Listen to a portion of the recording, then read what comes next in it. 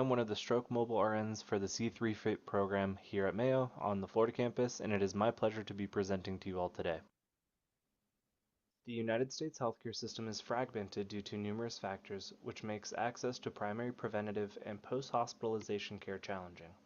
The absence of integrated and continuous patient-centered care further makes it challenging to achieve quality patient outcomes. In our current system, achieving these ideal outcomes comes at great cost. The group most affected by this issue is the post-stroke population, as most of the immediate support systems and assistance become less available and provider communication becomes less frequent. The concept of an integrated practice unit, or IPU, coined by Dr. Michael Porter at the Harvard Business School, focuses on organizing comprehensive healthcare around the patient's medical condition. Dr. Porter's concept was applied to participants who were enrolled into the Integrated Stroke Practice Unit, or the ISPU, arm of the Patient-Centered Outcomes Research Institute funded trial, C3FIT. Mayo Clinic Florida's Comprehensive Stroke Center was the first hospital in the state of Florida to receive CSC designation, and with its large geographic catchment area, it offers a diverse stroke population. By implementing an integrated stroke practice unit model into the delivery of stroke care, we can essentially bring the hospital to the patient in terms of a multidisciplinary team. For example, a neurologist, nurse, nurse practitioner or physician assistant, social worker, and other support such as a physical therapist or a pharmacist. Our objective was to assess if implementing an integrated stroke practice unit into the delivery of stroke care at our single center CSC generated better outcomes with secondary stroke interventions such as cholesterol control, blood pressure and glucose control, smoking status and cessation, diet control, exercise, and depression outcomes, and an improved patient-centered experience compared to the standard CSC model at 1 year post-stroke. Mayo Clinic Florida enrolled 100 stroke patients from their CSC into the ISPU arm of the C3 FIT trial, which supplemented the usual post-stroke comprehensive stroke center system with an integrated stroke practice unit system of care. Participants followed up with the stroke mobile team once a month for a year post-stroke discharge. Additionally, Stroke Central helped coordinate various consults, facilitated changes in medication and/or dosing, and collaborated with a multidisciplinary team of in-hospital vascular neurologists, internal medicine providers, physical, speech, and occupational therapists to ensure that participants' care was centered around their individual discharge recommendations and needs. We have a case study here looking at a 43-year-old white male with a history of uncontrolled hypertension, obesity, and a 1 pack per day smoking history who was uninsured. The patient sustained a left frontal IPH and subarachnoid hemorrhage secondary to a ruptured anterior communicating artery aneurysm attributed to said hypertension. He underwent a coil embolization and was discharged home to self-care 2 weeks post-rupture. The patient enrolled in the ISPU arm of the C3 FIT study as part of discharge planning and participated in monthly virtual visits with the Stroke Mobile team. Stroke Mobile and Stroke Central collaborated to assess, monitor, and manage secondary stroke risk factors for 1 year post-discharge. Critical blood pressure medication adjustments were made at 3, 4, and 9 months and were filled at a local pharmacy at little to no cost to the patient. The patient was assisted with securing low-cost health insurance, access to a blood pressure cuff, and a primary care provider for continued care.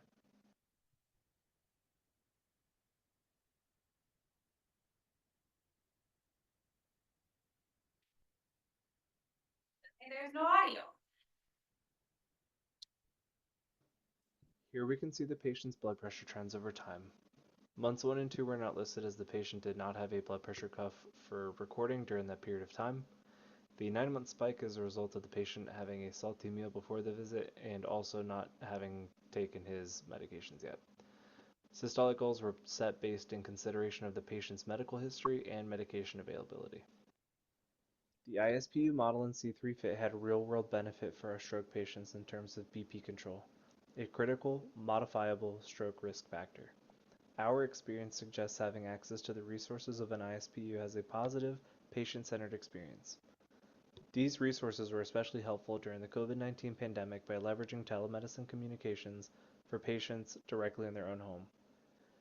Further work on social determinants of health impacting ISPU and usual post-discharge care should be considered in stroke care. Thank you for the dedicated teamwork of the Stroke Mobile and Stroke Central Care teams at Mayo Clinic, Florida, Vanderbilt University Medical Center, and the University of Alabama at Birmingham.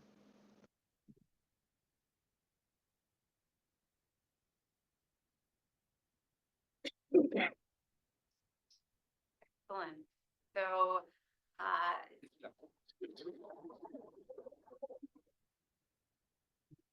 so the folks that are presenting this are online. So, are you able to take questions online, folks?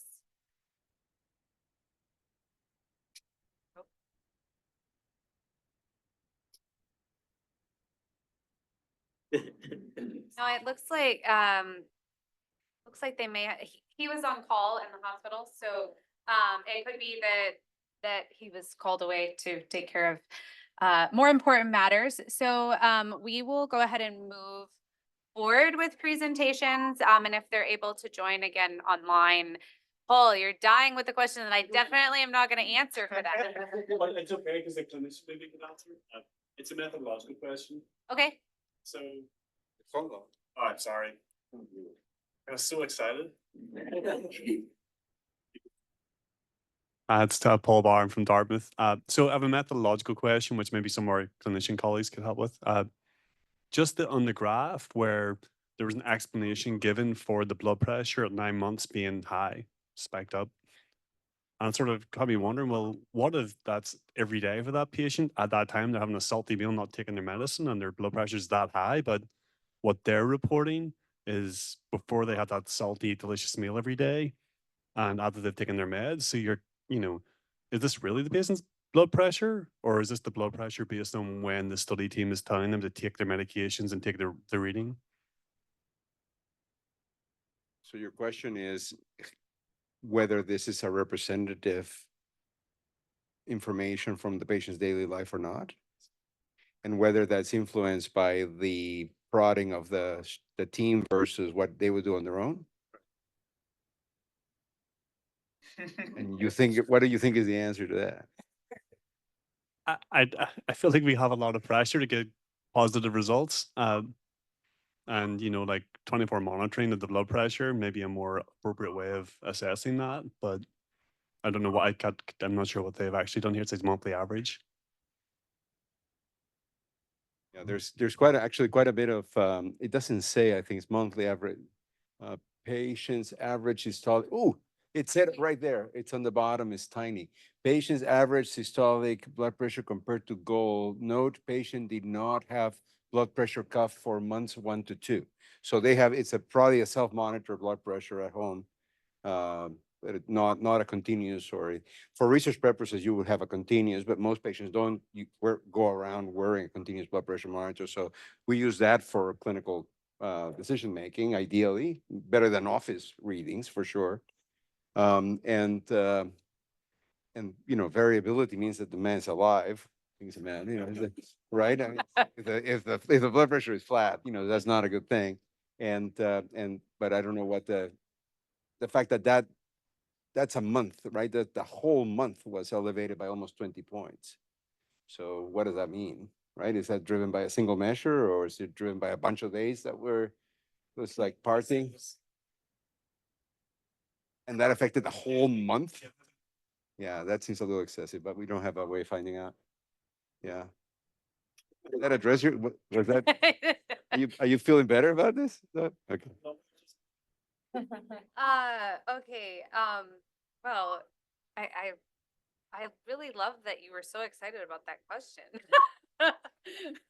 You're like, I need to know. All right, so, thanks everyone.